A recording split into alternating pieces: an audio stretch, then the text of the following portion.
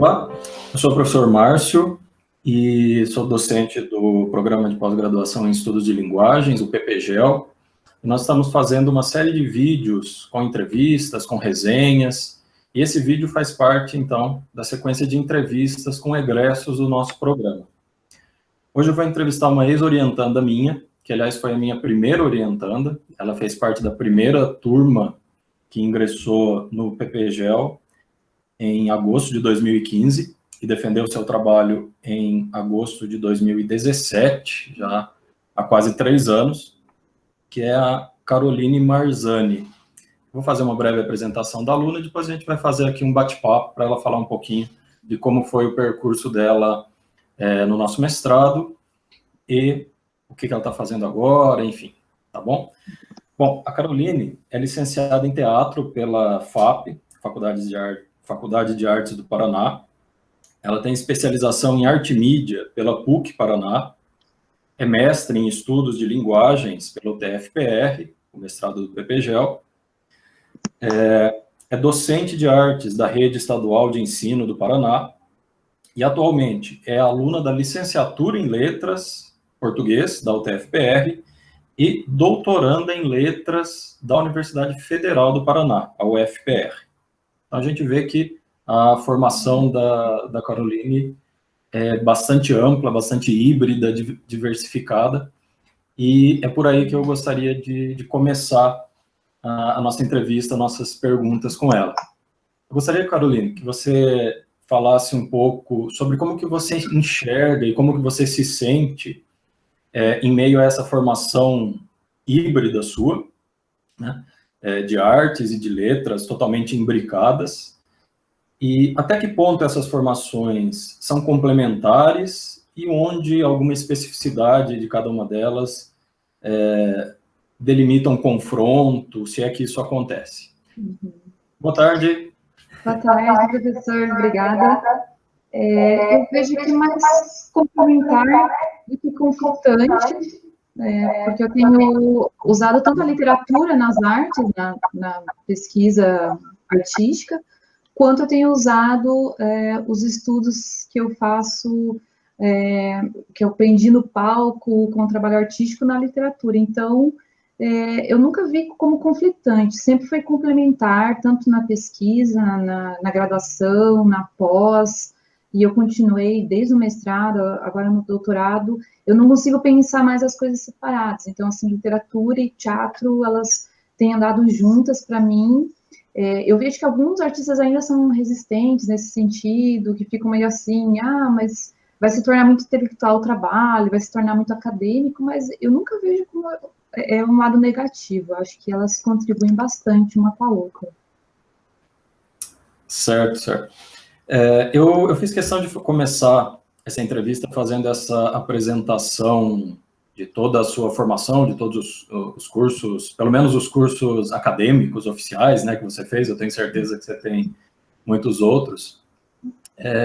E falando que você foi uma egressa da nossa primeira turma, justamente para poder deixar claro para os alunos, para quem estiver nos assistindo, quem estiver interessado em fazer o mestrado no PPGEL, que o programa ele foi concebido, ele foi gestado desde o início, embora seja um programa de mestrado em letras, de pós-graduação em letras, mas ele sempre teve desde a sua gênese, esse caráter transdisciplinar, multidisciplinar, que fez com que nós fôssemos recebendo ao longo de todos esses anos, e desde a primeira turma, acho que você é o exemplo mais claro que eu me lembro dessa primeira turma, de pessoas com uma formação ou em busca de uma formação bastante híbrida e, na absoluta maioria das vezes, complementar, né?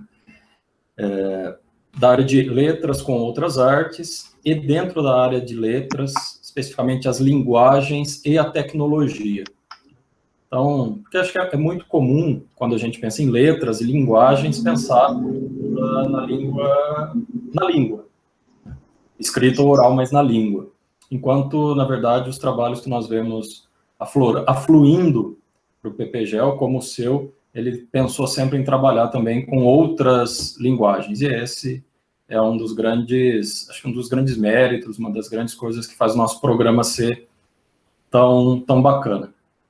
Então, gostaria de te perguntar, nessa esteira, por que da sua escolha pelo PPGEL e não por outro programa? Se é que foi uma questão de escolha, em algum momento você escolheu especificamente o PPGEL, mas como você chegou ao PPGEL e o que te atraiu em particular no programa, ou foi só uma questão de conveniência? Pode ser sincero. Eu tinha tentado inicialmente em 2012 e 2013 a UDESC, era o programa de pós-graduação em teatro, e depois eu tentei a Unesp, que também tinha um programa em artes, e eu não tinha passado. E aí, nisso, eu já era graduanda de letras, português e inglês da UTFPR, e eu já tinha esse interesse de estudar algo que juntasse o teatro com a literatura, e eu via que os programas eram bem divididos. No caso do programa da UDESC, era mais voltado realmente para quem era da prática do teatro. E aí, quando abriu em 2015 o PPGEL, eu vi que era uma oportunidade de eu juntar as duas áreas que eram de interesse, que era a literatura e o teatro, as artes. E também eu tinha acabado de fazer uma especialização na PUC, que era em arte e mídia. Então, eu já estava meio que nessa pegada, nessa onda de estudar tecnologia com as artes. E aí eu vi a ementa do programa, eu vi que as disciplinas, a linha de pesquisa, a área de concentração, tudo convergia para o que era o meu interesse. E foi muito interessante, porque isso que você falou, professor, que realmente o programa, ele pegou várias pessoas de várias artes, e foi muito legal a troca, porque tinha gente das artes visuais na minha turma, nessa primeira de 2015, tinha gente que era do jornalismo, tinha gente da publicidade, propaganda, tinha gente das letras, eu do teatro. Então, acho que foi um programa que eu consegui me enquadrar melhor, né? Depois eu até fiquei feliz de não ter passado no programa de pós-graduação de teatro e de artes, porque ele foi mais amplo nesse sentido, né? E a troca com pessoas de outras áreas também foi bem interessante. Então, por isso que eu escolhi. Também já conheci os professores da graduação, foi também uma questão de ser confortável para mim, porque eu já estava na instituição, então eu uni o útil com o agradável nesse sentido. Legal, que bom. Bom, já que você falou das disciplinas, né, sobre as disciplinas que você cursou no PPGEL, como que você enxerga a organicidade delas, a organicidade do programa, das disciplinas no todo do programa, se elas foram úteis para a confecção do trabalho em si, da dissertação, porque a gente sabe que muitas vezes a gente faz disciplinas num programa que são créditos obrigatórios e que não necessariamente elas contribuem para o trabalho da dissertação, né, que nós estamos desenvolvendo. Eu me lembro muito bem de uma disciplina que eu fiz no meu mestrado, que foi a disciplina que eu mais gostei e que talvez que eu use muito para as minhas aulas até hoje, que era uma disciplina sobre a morte na literatura, mas que em absoluto eu não aproveitei para o meu trabalho, né? Então, como que você enxerga assim, a contribuição das disciplinas em si para o seu trabalho? Porque isso também é algo importante, uma vez que um programa de mestrado acontece durante um tempo muito curto, nós precisamos aproveitar tudo para a confecção do trabalho final, que é a exigência para o título, né? Ou se tem alguma disciplina que não contribuiu para o trabalho, mas que de algum modo serve para a sua prática, para a sua atuação, para a sua formação no geral. Bom, eu acabei usando todas as disciplinas na dissertação. Algum conceito, algum teórico, modernidade e modernização, eu usei o Compagnon, na cultura das mídias, usei Campline, na literatura e meios digitais, usei a Linda Hutchell, que eu uso até hoje, inclusive no doutorado, os conceitos de tecnologia, na disciplina de interface entre linguagem e tecnologia, eu usei, mas a disciplina que eu mais usei, que tinha mais a ver com a minha área, foi de experiência estética, análise midiática, que na época foi o professor Rogério que ministrou, e é a disciplina que discute as poéticas, intertexto, intermedialidade entre as artes, e essa eu continuo usando até hoje. Então, no fim das contas, na dissertação, eu aproveitei todas. tudo acabou virando artigo, a gente tem a questão de cumprir créditos, mas, de fato, elas foram todas para a dissertação. Bom, vamos falar um pouquinho da dissertação, que afinal de contas é o mais legal, né, do trabalho. Até agora nós estávamos enrolando aqui. Bom, a dissertação, né, o seu trabalho, ele é intitulado Sou José, Sou Maria, Efeitos Transgressores no espetáculo Escravagina, da companhia Rainha de Duas Cabeças. Esse trabalho está focado embora ele se ramifique, mas ele está focado basicamente na análise de um espetáculo, né? Então, um trabalho bem específico, análise de um objeto. Você poderia falar para a gente um pouquinho, de modo geral, um resumão do seu trabalho, o que foi essa companhia, essa peça? Essa peça, intitulada Escravagina, ela é de 2010, ela é de um grupo de teatro daqui de Curitiba, que é o Rainha de Duas Cabeças, dirigido pelo César Almeida. Eu conheci o trabalho do César Almeida lá por meados de 2009, 2010, e sempre me chamou a atenção porque era um teatro bem polêmico, que falava sobre sexualidade, sobre tabu, sobre desejo, sobre identidade de gênero, e aí eu entrei em contato. O César Almeida tem 4 livros publicados, com todas as dramaturgias dele, e eu resolvi pesquisar, então, como é que esse espetáculo, Escravagina, que conta a história de uma atriz que passou por um processo de transexualização, que é a Maite Schneider, é uma obra bem biográfica, a partir de trechos realmente que aconteceram com a atriz. Como é que esse espetáculo é transgressor? E aí eu usei esse termo transgressor, aí eu fui para um conceito que é do Foucault, que é para tratar de transgressão de gênero, transgressão de identidade, de sexualidade, de comportamento, transgressão artística. Então, como é que esse espetáculo ele é transgressor? E aí que eu fui entender que tecnologias e que técnicas são usadas nesse espetáculo que fazem com que ele seja um espetáculo de transgressão. Então, eu usei para a pesquisa o vídeo do espetáculo. Eu assisti 2 vezes o espetáculo, fiz entrevista com a Maitê, fiz entrevista com o diretor, analisei o cartaz de divulgação, analisei o paratexto publicitário e fui fazendo diários de itinerância quando eu assisti o espetáculo. Então, todo esse material foi usado, e o texto, né, a dramaturgia. Então, foi todo esse material que eu usei para entender como é que esse espetáculo ele transgride todas essas ideias binárias, essas ideias fixas de comportamento, de gênero artístico. Certo. É interessante você lembrar isso. Aliás, eu gostaria de dizer para o pessoal que vai assistir essa entrevista que todos os trabalhos dos nossos mestrandos ficam disponíveis no repositório institucional.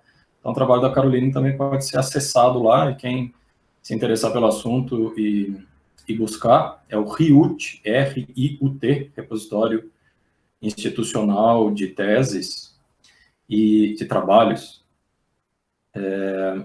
Vai ver que o seu trabalho, como você citou, ele trabalha com as linguagens do teatro. É lógico que no texto isso não é perceptível, a não ser pela análise, pela descrição minuciosa que você faz das cenas que você quer analisar, mas também você trabalhou com os aspectos do material de divulgação da peça e tudo, como que a tecnologia incide nas possibilidades de transgressão em todos os aspectos que envolveram essa produção, né? Bom, pensando nisso, Caroline, já que eu falei que o nosso mestrado tem um caráter interdisciplinar, né, embora seja em letras, mas essa questão daí da linguagem e tecnologia, que é a área de concentração do programa, como que você pensou essa questão da tecnologia na análise do espetáculo? A tecnologia na montagem do espetáculo em si e a tecnologia sobre o corpo, que é uma parte importante do seu trabalho também. Se você puder comentar um pouquinho. Sim. Então, a tecnologia e a técnica, eu fui criando, na verdade, uma matriz criativa dessa obra, da Escravagina, e aí eu me apropriei de uma metodologia de um pesquisador que se chama Rubens Brito, que ele analisa o espetáculo teatral através de uma análise matricial.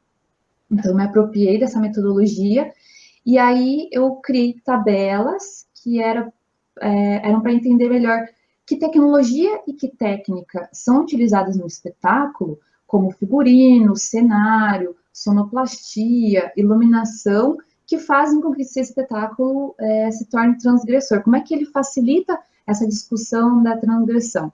Então, por exemplo, essas categorias, né, que foram os traços mais significativos do espetáculo, como hibridismo, paradoxo, carnavalização, enfim. Eu fui analisando, então, cada categoria dessa para entender. Por exemplo, a categoria de hibridismo.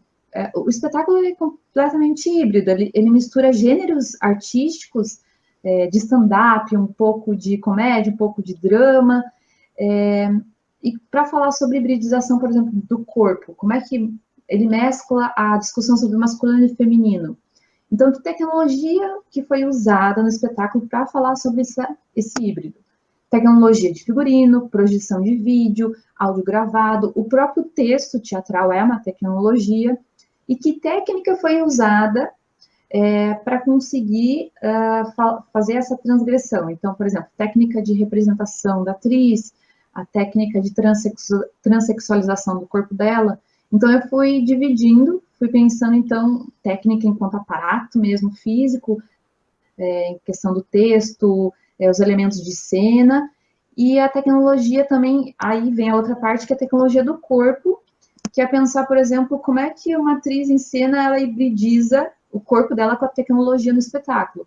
Quando a atriz, que é só ela, é um monólogo, quando a atriz, ela interage com a projeção no fundo da tela, ela conversa com essa tela, ela está fazendo uma hibridização, já é corpo e tecnologia muito próximos.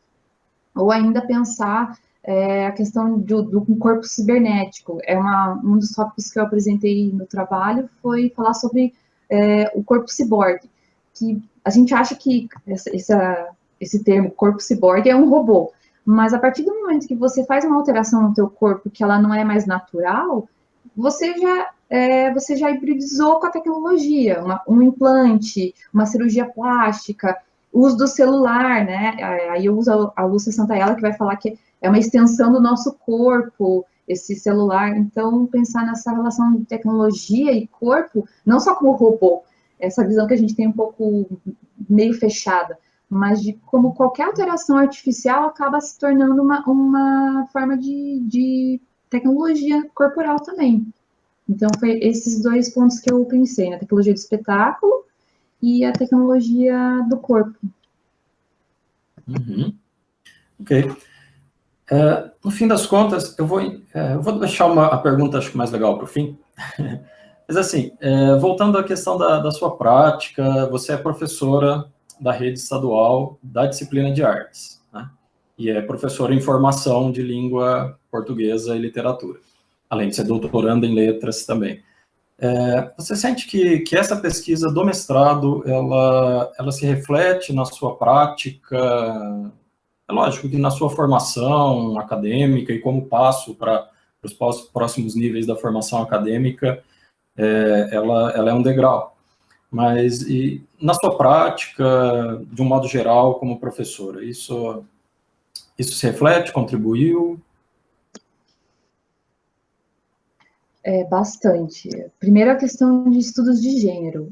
Antes da pesquisa, eu usava de forma errônea alguns termos, essa divisão de o que é identidade de gênero, o que é orientação sexual, a questão de divisão entre masculino e feminino. Eu acho que eu comecei a ampliar bastante a minha visão sobre isso, né, dilatar essas ideias do que é sexualidade, identidade de gênero, e eu, com certeza, acabo levando para a sala de aula. Acaba sendo uma discussão. Também a questão de divisão de arte considerada bela, arte considerada feia. Eu acho que essa transgressão do que é arte, do que é uma obra sublime, do que é uma obra grotesca, tudo isso acaba levando para a sala de aula também, e tem coisas, alguns conceitos, alguns teóricos que eu continuo pesquisando ainda, agora no doutorado, e é uma discussão bem importante de ampliar a ideia sobre o que é tecnologia, sobre os estudos de gêneros, sobre hibridização nas artes, por exemplo, a Linda Hutchell, Gerard Genet, que eu comecei a estudar no mestrado, até hoje são fundamentais na pesquisa do doutorado. Então, com certeza, a sala de aula tem sido um grande laboratório para discutir essas coisas que foram discutidas lá no mestrado. Ah, que ótimo. Aliás, esse era um ponto bastante interessante da sua pesquisa, a questão do grotesco, do kit, e que se ele está chegando na sala de aula do ensino básico, médio, é muito bom. A gente se sente cansado na universidade também, de fazer a ponte e vocês serem a ponta do processo, que é o que realmente importa. Bom, e uma última pergunta, então, Caroline. Considerando, eu fui olhar no sumário da sua dissertação hoje, para relembrar algumas coisas, eu não lembrava sequer do título todo, né, título grande, e daí, vendo o sumário, eu me lembrei de uma coisa bem interessante, acho que é sintomático, porque o último item do sumário do seu trabalho, antes das considerações finais, ele se chama Um Teatro Além Fronteiras. Eu estava me lembrando de um trecho em que o Mia Couto fala que as fronteiras, sejam as fronteiras dos países, ou mesmo as fronteiras das membranas celulares, né, coisas que delimitam espaços, elas são lugares que fecham, delimitam esses espaços, dentro e fora, centro e margem, né, mas elas também são lugares de troca, né, não existe fronteira onde não existam trocas. Sejam as trocas celulares, sejam as trocas legais ou ilegais que existem entre trânsitos entre países, né?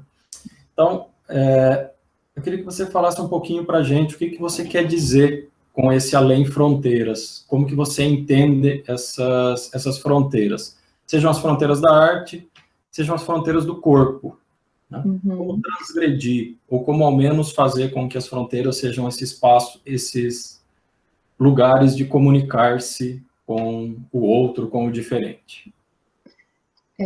Eu tenho pensado cada vez mais que as artes, elas se comunicam.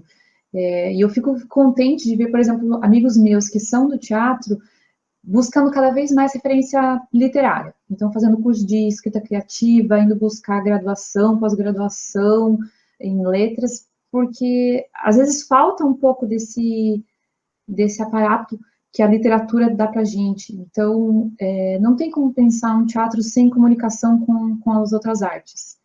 Ele é musical, ele é textual, mesmo quando não tem texto, ainda tem uma referência literária. Então, eu não consigo pensar um teatro, uma arte que não seja entre fronteiras, que não seja entre cruzamento, que não seja híbrido. Cada vez mais a gente vê que as artes se comunicam. O último trabalho que eu vi do César Almeida, inclusive, foi muito interessante, porque eu esperava sentar na poltrona do teatro e ver um espetáculo ali no palco italiano e sair de lá e ok. E eu me surpreendi quando eu vi um espetáculo que era muito mais performativo, muito mais videoarte. Então, o ator entrava em cena, ficava lá uns 20 minutos, e o resto dos 40, 50 minutos do espetáculo era vídeo. E aí eu fiquei pensando, nossa, o que é teatro? Então, o que é? Eu posso dizer que isso é teatro? Posso. Por que eu não posso dizer? Então, cada vez mais as artes têm se comunicado. Isso eu sempre levo para os meus alunos, eles ficam um pouco, às vezes, chocados, mas isso não é arte. Por que uma arte tem que ser sempre bonita? Por que ela sempre tem que ser sagrada? Então, é pensar numa arte que ela está dessacralizada, uma obra de arte que ela é mais acessível, que ela está mais perto do público, como a arte do César Almeida, por exemplo, em que você encontra o vídeo do espetáculo no YouTube, em que você tem o texto para baixar, que você consegue comprar o livro, você consegue ler a peça, você consegue encontrar o cartaz no Facebook, por exemplo. Então, uma arte que ela é próxima, que ela é misturada, que ela pode ser grotesca com sublime, que ela pode ser bela, feia, que ela pode ser muita coisa junto. E pensar também nessa fronteira entre corpos, que cada vez mais, felizmente, a gente não precisa dizer que isso é de menina, usa rosa, usa azul. Isso também eu tenho levado para a sala de aula, discutir com os alunos, já que eles estão aí nesse processo de formação, de entender a relação com o corpo, com o seu próprio corpo, com o corpo do outro, com a sexualidade, e entender que não precisa ter categoria, assim como a Maite Schneider falava no espetáculo, e em entrevista também ela falou para mim, por que as pessoas têm que ter essa obrigação de colocar em caixinhas e ser tudo binário? Por que eu não posso ser só livre e ser o que eu quiser? Por que eu tenho que sempre dizer que eu pertenço a tal grupo? Então, nesse sentido, eu aprendi muito a tentar dilatar a minha visão sobre o que é arte, sobre o que é um corpo feminino, o que é um corpo masculino. Então, foi muito importante para aumentar a minha visão sobre as fronteiras sobre arte e corporalidade, sexualidade. Perfeito, Caroline. Bom, mais alguma coisa que você gostaria de falar a respeito do seu trabalho, da sua formação, do seu doutorado? Uma mensagem para o pessoal? Eu acho que vocês estão entrando agora nesse programa, aproveitem muito, porque ele é muito plural, e foi muito importante para mim ter entrado num programa multidisciplinar e ter cruzado tantas áreas. Eu acho que vocês são muito sortudos de estar nesse programa. Aproveitem que vocês têm professores maravilhosos que contribuem muito com a formação de vocês, e eu queria agradecer, professor, novamente, porque tudo o que eu pesquisei no mestrado, alguma forma eu acabo usando agora. Tá bem, Carolina. Eu é que agradeço em nome do programa e também pelas trocas que nós efetivamos ao longo desse tempo. Você foi minha primeira orientanda, eu aprendi bastante coisas também sobre teatro nessa troca. E, na verdade, a pós-graduação é isso, né? Raríssimas vezes um aluno não tem algo, não só na pós-graduação, né? Acho que em todos os níveis de ensino, raríssimas vezes um aluno não tem algo a oferecer também ao professor. Às vezes tem muito mais a oferecer do que o professor ao aluno em alguns casos. Tá bom? Muitíssimo obrigado pela sua entrevista, pela sua participação. Desejo um grande sucesso nessa carreira, no término da graduação em letras, no término do doutorado e na vida toda, tá bem? Obrigada, professor. Obrigada, abraço. Um abraço. Tchau, tchau. Tchau.